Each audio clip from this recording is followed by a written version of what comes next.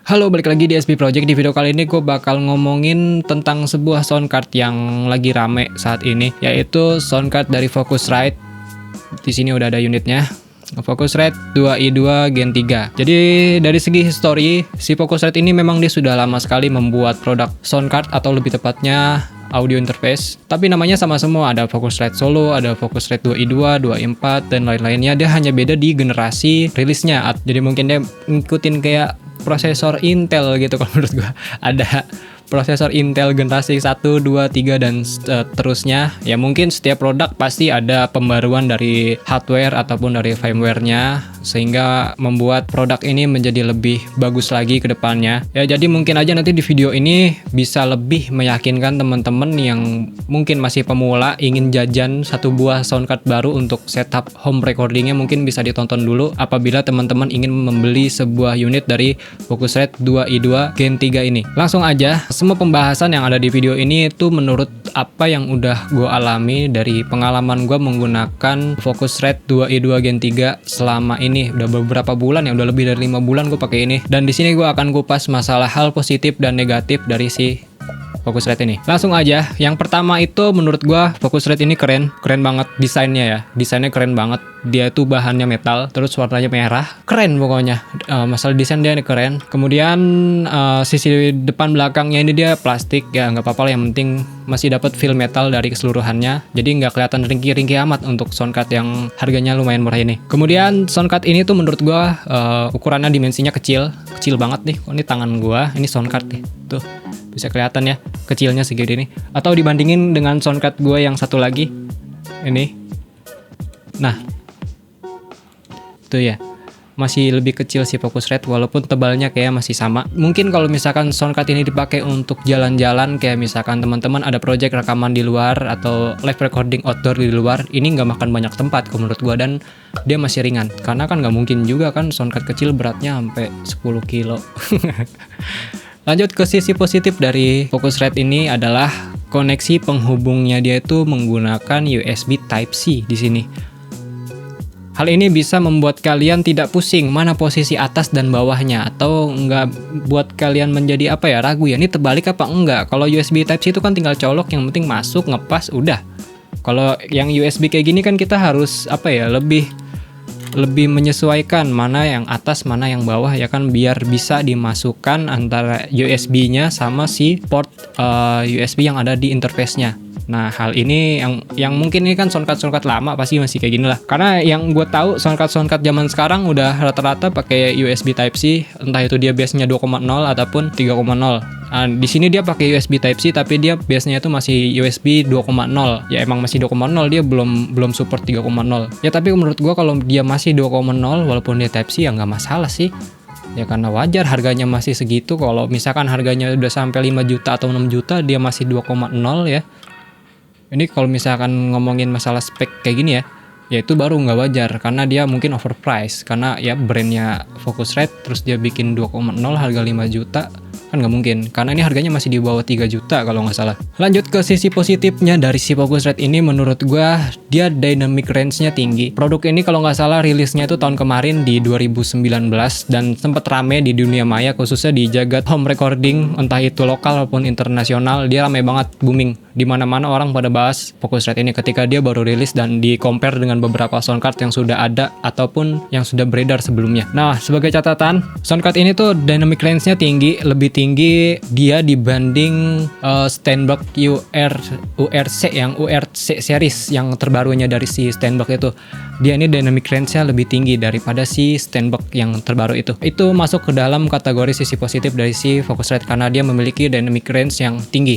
Lanjut ke sisi positif berikutnya, masalah preamp.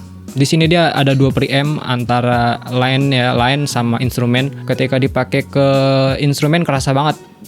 Misalkan buat nyolok gitar masuk ke sini, ditekan tombol instrumennya, kerasa banget kayak buat main gitar terus dipakai efek distorsi di komputer, itu rasanya menurut gua asik. asik banget. Jadi kalau menurut gue si preamp-nya ini dari Focusrite cocok lah buat gue gunakan, karena gue sudah beberapa kali take full band dengan sound card ini dan gue nggak merasakan masalah untuk karakter suara yang dihasilkan oleh si preamp ini. Lanjut ke sisi positif berikutnya, sound card dari Focusrite 2i2 Gen 3 ini memiliki noise floor yang rendah. Kalau misalkan gue bandingin sound card ini sama si produk lain kayak si Behringer Euphoria 202 itu kayaknya si Focusrite ini lebih rendah noise floor-nya. Jadi masalah noise dia kemungkinannya kalau misalnya kita pinter cari gain-nya aman banget sound card ini, karena gue sudah sering melakukan proses band recording dengan sound card ini, khususnya band tracking ya, bukan live. Karena live kan nggak mungkin karena dia inputnya cuma 2. Gue sering pakai ini untuk membuat beberapa data full band dari sound card ini. Lanjut ke sisi positif berikutnya, sound card ini bisa gue hubungkan antara sound cardnya ke handphone, cuman pakai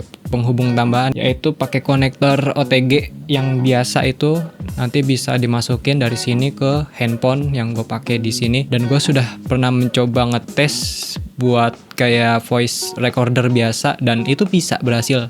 Phantom power-nya juga nyala walaupun gue pakai handphone waktu itu, phantom power gue nyalain dan nggak ada masalah. Tapi gue nggak pernah mencoba membuat musik dari handphone menggunakan sound card ini, gue belum pernah. Kalau buat di komputer gue sering banget menggunakan sound card ini. Nah, itulah tadi yang gue bahas masalah sisi positif dari si Focusrite. Sekarang gue akan bahas masalah sisi negatifnya. Jadi di sisi negatif ini gue bukan bermaksud untuk menjelekkan dari si produk ini, karena gue sudah ya sedikit mengeluarkan uang ya kan, biar teman-teman bisa tahu masalah kekurangan dari si sound card ini. Masalah kekurangan dari si sound card ini berdasarkan apa yang udah gue alami sebelumnya, yaitu tentang driver. Di beberapa kasus sound card ini susah banget nginstal di kayak laptop, terus speknya rendah. Ini susah nginstal ya coy. Tadinya gue coba sound card ini gue install drivernya ke laptop gue, karena laptop gue itu speknya memang kecil, gue akuin, dan gue udah nyoba berkali-kali dan hal itu susah nginstal driver dia ke laptop gue.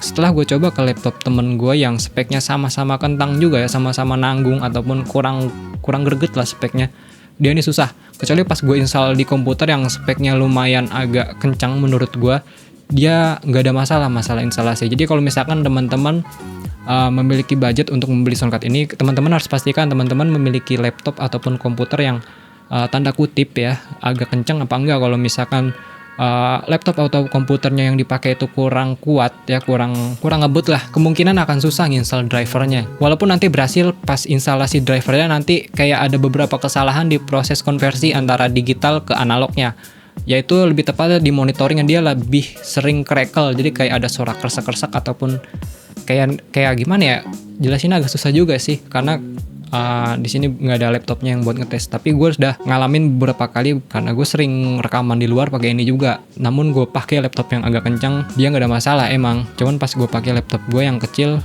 ya begitu. Walaupun dia bisa diinstal, namun pas udah masuk ke DAW, dia pas di monitoringnya itu ada sedikit kayak kadang patah-patah atau suara kresek-kresek gitu. Itu yang pertama, masalah si driver dan proses konversinya di low spec seperti PC ataupun di laptop ya. Lanjut, kekurangannya dari si Focusrite ini adalah ketika gue sudah pakai ini beberapa bulan, gue lupa udah lama juga sih. Nah, potensionya ini udah kresek-kresek coy. Jadi pas gue puter di speaker bunyi kresek gitu. Tapi kalau udah misalkan udah begini nih, ini udah nggak bunyi. Tapi pas gue putar lagi serak ada bunyi kresek-kreseknya gitu. Jadi kurang asik ya. Mungkin dari bahan dari materialnya nih kurang bagus menurut gue. Jadi ya jadi kresek-kresek gitu. Namun ketika udah standby sih udah nggak ada masalah. Yang ada masalah ketika diputer-puternya aja. Mungkin nanti pihak Focusrite bisa lebih menjelaskan detail lagi masalah speknya.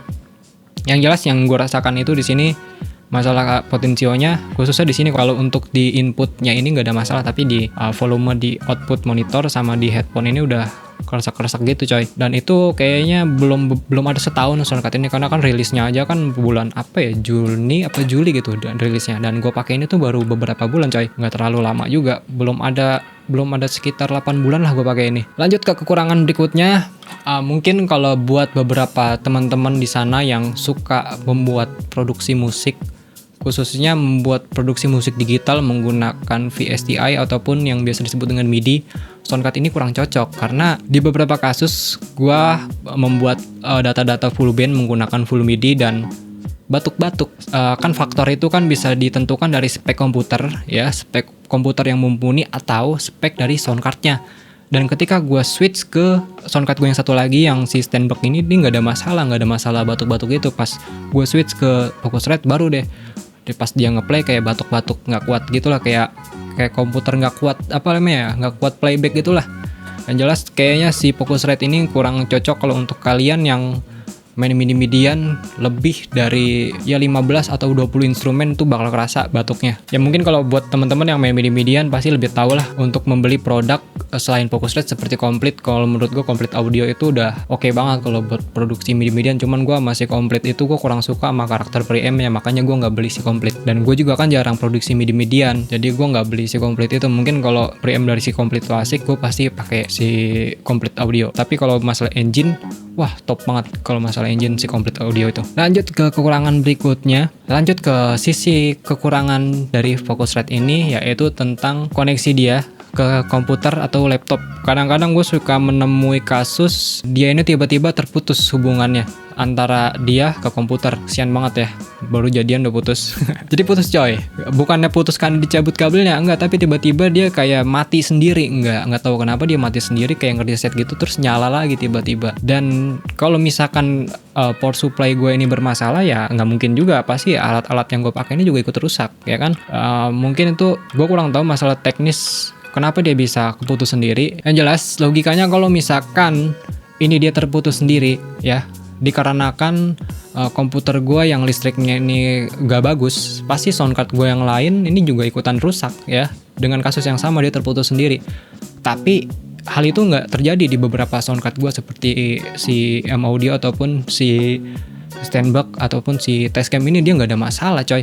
Masalah koneksinya nggak tiba-tiba dia mati terputus. Itu mungkin pas kasus terputusnya itu ketika gue proses mixing lebih dari 40 track, itu kadang-kadang dia suka mati. Aduh, moodnya itu jadi hilang kalau masalah gituan coy. Ya pokoknya itu aja sih yang menurut gue menjadi sisi positif dan negatif dari si Focusrite ini. Mungkin teman-teman yang baru pemula terus pengen coba-coba jajan Focusrite, teman-teman jadi lebih mengerti apa sih kelebihan dari si Focusrite ini, apa sih kekurangan dari Focusrite ini. Takutnya nanti teman-teman yang nggak tahu terus punya komputer yang speknya rendah atau laptop yang speknya rendah lalu jajan si Focusrite, dia susah nginstalnya atau nanti nggak support sama komputernya, itu kan bisa bahaya juga. Alangkah baiknya teman-teman terus melakukan riset sebelum melakukan pembelian terhadap soundcard yang teman-teman ingin beli, agar nantinya soundcard yang akan teman-teman beli itu bisa lebih kepake di jangka panjang. Ya karena kalau kita sudah coba jajan terus buang duit agak banyak kan untuk invest membeli sebuah soundcard, pasti kan nggak mungkin kita pakai soundcard itu untuk 1 atau 2 bulan aja, pasti untuk jangka panjang. Nah itu dia yang gue pengen ketika gue pengen beli soundcard, ya gue pastiin nantinya soundcard ini bisa bekerja lah untuk beberapa tahun ke depan, baru gue bisa ganti lagi dengan soundcard yang baru. Ya pada intinya setiap produk itu pasti memiliki kelebihan dan kekurangan. Semua itu tergantung bagaimana kita nantinya melakukan riset terhadap produk yang akan kita beli nantinya, agar bisa produk itu kita gunakan dalam jangka waktu yang panjang. Ya mungkin video ini sampai di sini dulu. Mohon maaf apabila ada kesalahan ataupun kekeliruan di dalam penjelasan yang gue jelaskan tadi di dalam video ini. Terima kasih buat teman-teman yang sudah menonton video ini dari awal sampai dengan akhir. Sampai bertemu di video gue yang berikutnya. Goodbye.